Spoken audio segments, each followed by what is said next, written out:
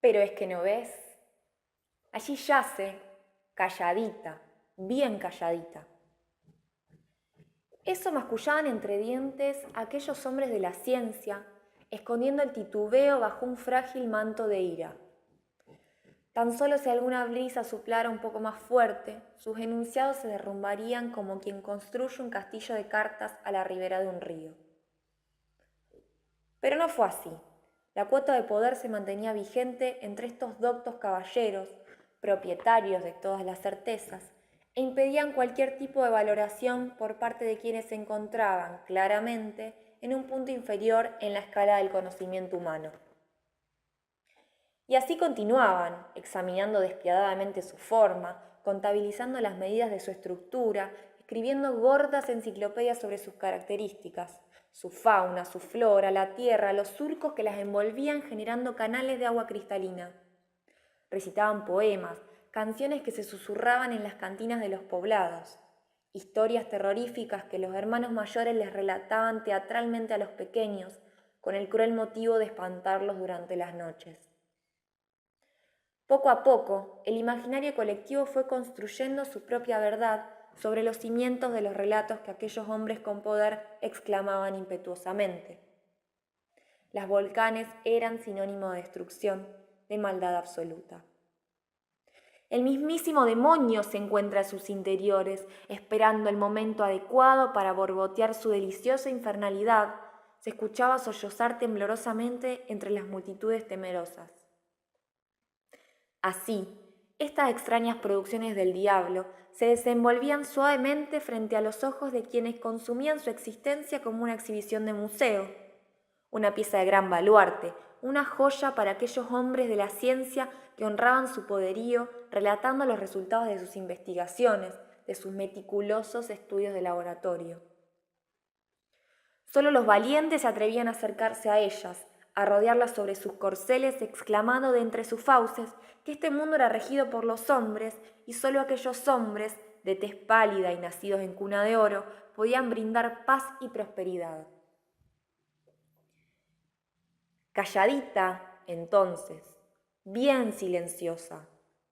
La última vez que algo se movió en sus interiores, de sus entrañas brotaron líquidos incandescentes y todo quedó devastado.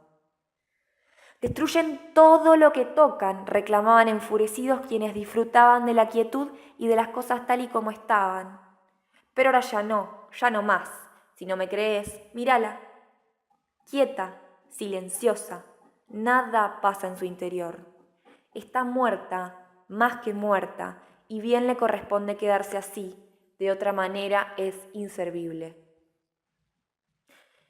Y así fue como en la historia de las historias, de las leyendas, de los mitos y hasta de las mismísimas producciones científicas, hombres recorrían los contornos de sus cuerpos, estudiando toda la anatomía de su estructura, escalando hasta la cima solo para reafirmar su virilidad.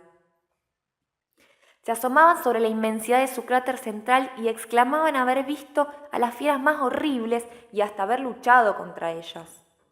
Teorizaban y escribían libros sobre ellas, sobre la peligrosidad de su entero ser, inventando crónicas sobre el infierno que residía dentro de sus cráteres. De vez en cuando, en algún momento de la historia, alguna de ellas erupcionaba furiosa y harta de ser el objeto de estudio de quienes se creen dueños de la verdad, y emanando aquel fuego empapado de revoluciones y transformaciones, hacían retumbar las hebras del mundo construido por varones. Ellos, aterrorizados al ver que el gobierno de su propio imperio se encontraba en las vísperas de su sepulcro, no concebían opción alguna más que la de continuar difamando desesperadamente toda su existencia, conspirando contra ellas y hablando de la amenaza que corría el mundo si no eran domadas por aquellos señores bondadosos, héroes de la existencia mundana. Nada pasa, es insignificante. ¿No ves que está dormida? Ya no puede hacer nada en su interior. Y fue en aquel relato forzado y repetitivo, sumergido en la mediocridad propia de aquellos déspotas egocéntricos, que olvidaron los mitos, olvidaron los límites de su propia mentira. Ellas nunca pararon de moverse y de estar activas. Conectadas y unidas pese a las kilométricas distancias, en su interior dieron innumerables batallas para librarse de las cadenas que esos hombres sedientos de poder les habían puesto. luchando para demostrar que el mundo no era así, sino que estaba así. Un mundo mentiroso y frágil, un mundo cargado de privilegios concentrados en unos pocos. Y las historias ahora cuentan otro relato.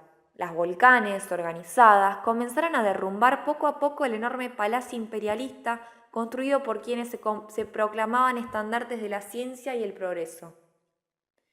En las cantinas de los poblados, los poemas y las canciones ya no causaban terror y los hermanos mayores abrazaban a los menores porque entendían que ya no existía competencia alguna entre ellos. Las gordas enciclopedias, ya casi extintas, solo se utilizaban para prender fogatas y reunirse entre amigos, para disfrutar de su compañía. Las volcanes entendieron que un mundo construido sobre los cimientos de un medio maquiavélico era un mundo endeble, quebradizo, un mundo con fecha de vencimiento. Contagiando la empatía, las viejas lógicas fueron enterradas en el mismo cementerio que el poder concentrado y la hegemonía de unos pocos. Y así fue como un nuevo universo comenzaba su construcción, uno para todes, construido entre todes.